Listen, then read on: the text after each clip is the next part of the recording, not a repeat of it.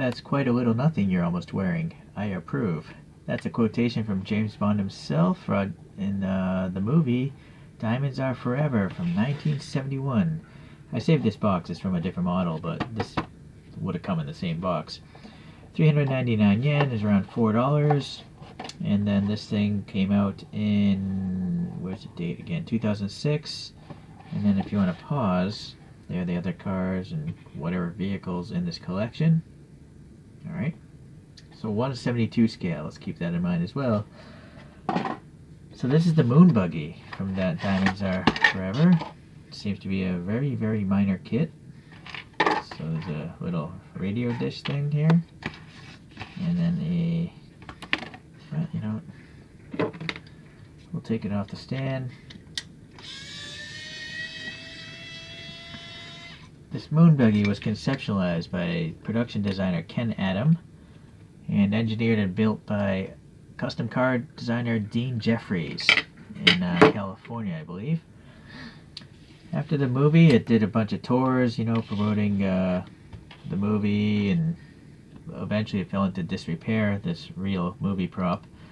And it went up for sale at Christie's, and then the owner of Planet Hollywood, the casino, he bought it for like £23,000, and I guess it's on display at the Planet Hollywood. So I guess this just snaps in here. I'm a little hesitant. It seems really tight. And also, well, I guess I should have it pointing forward. Okay, well, see, did I just break it? Maybe it's supposed to point backwards. I think I just broke that tooth off. Or no?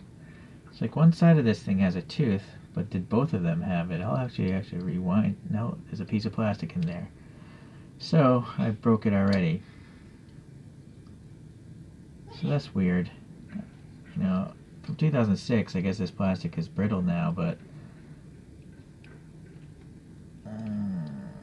boy, I think I'm just going to break it again if I try to snap that in there. Let me come back. So I was able to get it in there. I just wasn't paying enough attention to this diagram. I was putting it in 90 degrees the wrong way. You want to put it in so these teeth are facing that direction. But I twisted it 90 degrees, and that's why one of them broke off. So, well, that's too bad. Ideally, they would just add a peg in a square, right? I don't know why they would have to have those teeth. Anyways, you can't really tell that it's broken anyways. And I learned that this little radome here twists. So that's kind of neat. And I also learned, as frail as these arms are, they can twist as well. One was a little bit stuck with the paint, but with careful effort, I managed to break it loose. Okay, so let's take a look at some of these images here. Give a sense of scale there. There's I guess Roger Moore himself hanging it. Not Roger Moore. Sean Connery standing up on there. So it's a pretty big vehicle, actually. Pretty tall. There's some sort of fight or something going on here.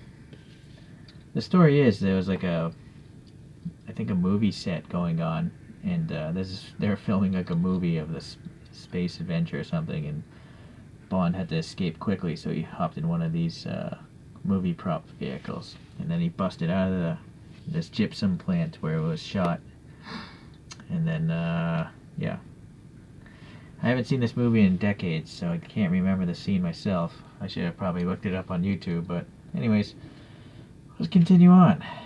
So it's definitely one of the more unique vehicles I have ever purchased in the miniature scale vehicle realm. But it rolls. The bottom is kind of plain, but it's press fit together. And it does tell you it's Moon Buggy, but why wouldn't it say 007 or something like that? It's all over the packaging. They clearly had the licensing for it. Strange that they wouldn't put James Bond or something on this. Alright, so it's got tampo printed, details there.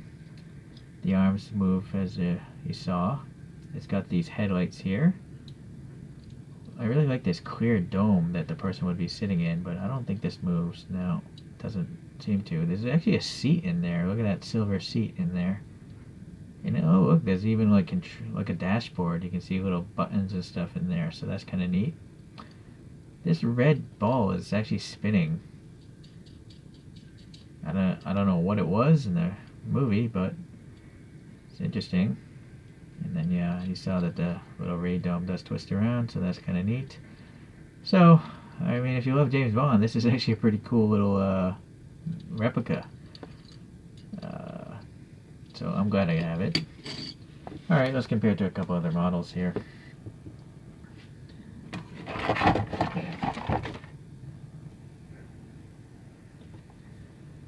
Well, you know, since it's not even 164, so it seems kind of silly for me to put like a TLV up here because it's a different scale. Alright, that's a Toyota Hiace, but it's 164, so it's a much bigger scale. The best I think I should do is just bring out a couple more James Bond vehicles. This is the Q-Boat. And then this is the famous Lotus Submarine. And this is another favorite of mine, the Wallace Gyrocopter. So these are all 172 scale from the same 007 collection. If you're into strange vehicles, I think this is in 007. I think this collection is a must-have. Personally, I'm going to try to get, you know, one of each of these castings. I'd like to get the whole collection now because I watched all these movies when I was younger. Alright, let's get this guy spinning on its own.